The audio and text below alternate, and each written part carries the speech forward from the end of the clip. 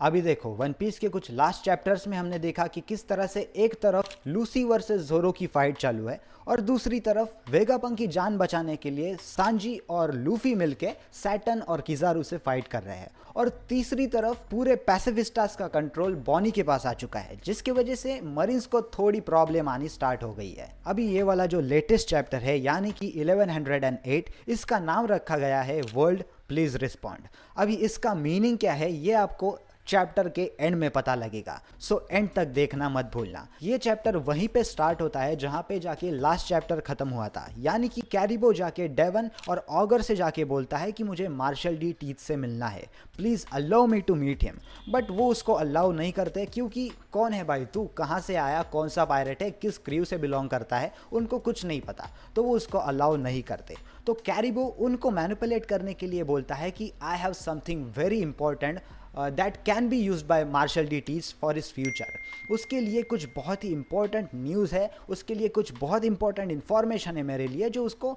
Use हो सकती है फ्यूचर में, so please allow me to meet him. ऐसा बोल के वहाँ पे वो वाला सीन खत्म हो जाता है और हमें पता नहीं लगता कि वो एक्चुअली उसको अलाउ करते हैं क्या टीज से मिलने के लिए। नेक्स्ट वाला सीन शिफ्ट होता है मरीन्स वर्सेस पैसिफिस्टास की जो बैटल चालू होती है वहाँ पे। अभी तो आपको जैसे पता है कि सारे पैसिफिस्टास का कंट्रोल बॉनी के पास आ चुका है, जिसकी वजह से मरीन्स को बहुत ही प्रॉब्लम हो रही है। वो जो भी अटैक कर रहे हैं वो पैसिफिस्टास इजीली डिफेंड कर रहे हैं अपने बबल शील्ड के माध्यम से। और ऐसा भी पता चलता है इस चैप्टर के अंदर कि अभी एगहेड आइलैंड पे टोटल में 9 वाइस एडमिरल्स खड़े हैं, यहाँ पे फाइट कर रहे हैं पैसिफिस्टास के साथ, जिनके नाम है पॉम्शी, Doberman, doll, Tosa, urban, bluegrass, hound, red king and guillotine. अभी इनके अटैक से तो कुछ हो नहीं रहा, ना ही कैनन बॉल्स जा पा रहे हैं उसके बबल शील्ड के पार, सो क्या करें। फिर वाइस एडमिरल डॉबरमैन का दिमाग चलता है और वो बोलता है कि इन पैसिफिस्टास को मार के तो कुछ फायदा नहीं है, देयर आर मल्टीपल पैसिफिस्टास, इनको मार के तो कुछ फायदा नहीं है, ये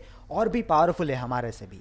तो एक काम करते हैं, हम सभी अटैक बॉनी पे फोकस करते हैं, क्योंकि अगर बॉनी मर गई या फिर उसको कुछ हो गया तो अपने आप ही उन सारे पैसिफिस्टास का कंट्रोल मरीन्स के पास आ जाएगा। सो फोकस ऑन बॉनी, सब बॉनी को जाके मारो। और दूसरे साइड पे हमें दिखता है कि वाइस एडमिरल तोसा जो है वो फ्रैंकी के ग्रुप पे अटैक करने के लिए कोशिश कर रही है with the help of her new attack called as Tosagami. अभी ये तोसागामी अटैक क्या है, कितना पावरफुल है, ये किसी को भी नहीं पता था। तभी नेक्स्ट सीन में हमें पता चलता है कि ये जो तोसागामी अटैक है ये 10 शिगान के बराबर है।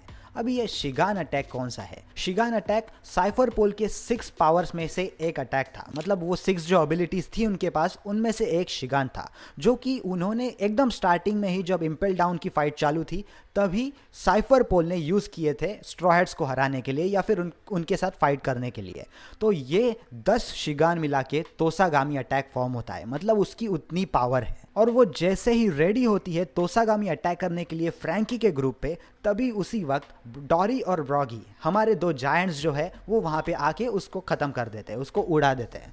मतलब एक्चुअली पता नहीं वो मर जाती है या जिंदा है, लेकिन प्रोबेबली शायद ही जिंदा होगी क्योंकि वन पीस में रेयरली ही ऐसे कैरेक्टर्स मरते हैं। सो वहाँ पे वो उसको ख़त्म कर देते हैं, उसको साइड में कर देते हैं। फ्रैंकी बताता है उनको कि अरे भाई लूफी का वहाँ पे अलग ही मैटर चालू है, वो वहाँ पे वेगापंक की जान बचाने के लिए सैटर्न और किजारू से लड़ रहा है, तो क्या आप दोनों कुछ कर सकते हो उनकी हेल्प के लिए। तो ये सुन के वो 2 जायंट्स में से शायद डॉरी बोलता है कि वेगापंक तो नाम कहीं पर सुना सुना सा लगता है। तो डॉरी को याद आता है कि वेगापंक ये नाम उस स्कॉलर ने मेंशन किया था।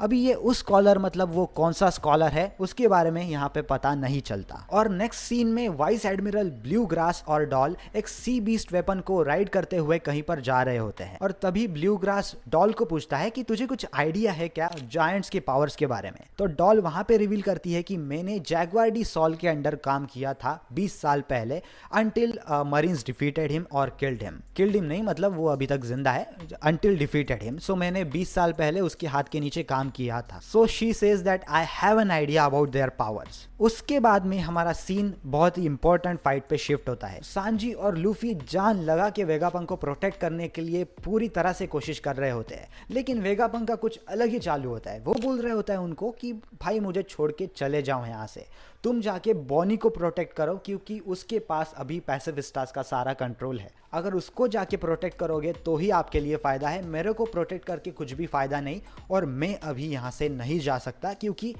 एग हेड आइलैंड पे कुछ ऐसी चीज़ है जो मैं यहाँ पे छोड़ के नहीं जा सकता। मेरा एक काम है यहाँ पे जो मुझे करना ही पड़ेगा। आप जाओ जाके बोनी को प्रोटेक्ट करो, क्योंकि सभी लोग मिलके अभी बोनी को ही टारगेट करने वाले हैं। सो उसको जाके प्रोटेक्ट करो पहले, मेरा छोड़ दो सीन। और ये जो डायलॉग्स चालू होते हैं वहाँ पे लूफी और सैटन के बीच में वहाँ पर दूसरी साइड पे फाइट चालू रहती है और अचानक से सैटन का दिमाग सटिया जाता है और वो अपना हाइब्रिड फॉर्म छोड़ देता है।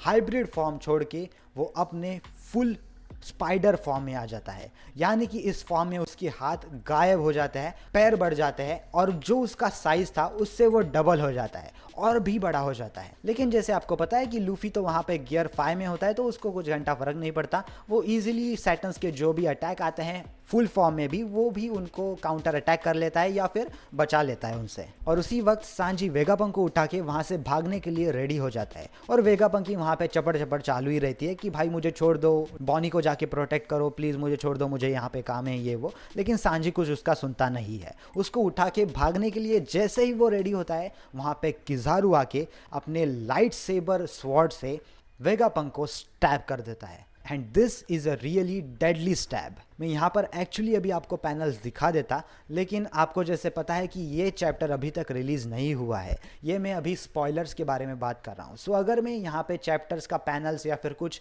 फ़ोटोज़ लगा दूँ तो मुझे कॉपीराइट आके मेरी ये वीडियो डिलीट हो सकती है, मुझे कॉपीराइट स्ट्राइक आ सकता है मेरे चैनल पे।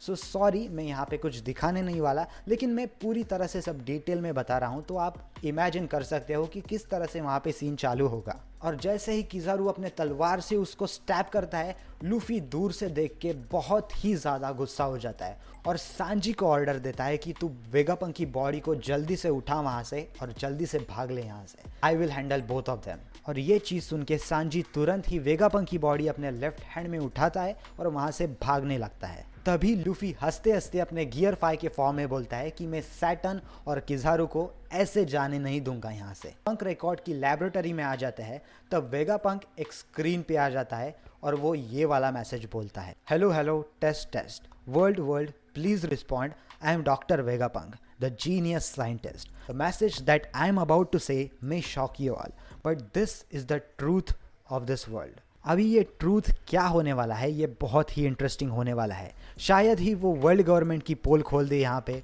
शायद वो एंशियंट सिविलाइजेशन या फिर वॉइड सेंचुरी के बारे में कुछ बता दे, या फिर कुछ ईमू के बारे में बता दे, या फिर कुछ ऐसी बात बता दे जो कि हमें पता ही नहीं है। और ये सीन होते ही यहाँ पे चैप्टर खत्म हो जाता है। अभी नेक्स्ट चैप्टर में क्या होगा ये बहुत ही इंपॉर्टेंट होने वाला है। इस चैप्टर में हमने उसप्प के ग्रुप के बारे में या फिर ज़ोरो वर्सेस लूसी के बारे में कुछ भी नहीं देखा, ना ही हमें ब्रुक दिखा, ना ही हमें जिम्बे दिखा। इसमें मोस्टली फोकस तो बॉनी के ऊपर ही था और हमारे लूफी और सांजी और वेगापंक इनकी जो फाइट चालू थी उसके ऊपर ही था। अभी अगले हफ्ते वन पीस के मांगा को ब्रेक नहीं है, so we will not have to wait much longer to find out what this truth is. अगर आपको ये वीडियो पसंद आया तो इस वीडियो को लाइक करना मत भूलना, और अगर आपको ऐसे ही वीडियोस और चाहिए तो सब्सक्राइब करना मत भूलना, और सब्सक्राइब करके बाद में वो बेल नोटिफिकेशन आइकॉन भी दबा देना, so you will get notified when ever I will upload a new video. ये 2 वीडियोस भी देख लो जाके, क्योंकि ये भी बहुत इंटरेस्टिंग है, आपको एंटरटेनमेंट हो जाएगा और वन पीस से रिलेटेड ही है।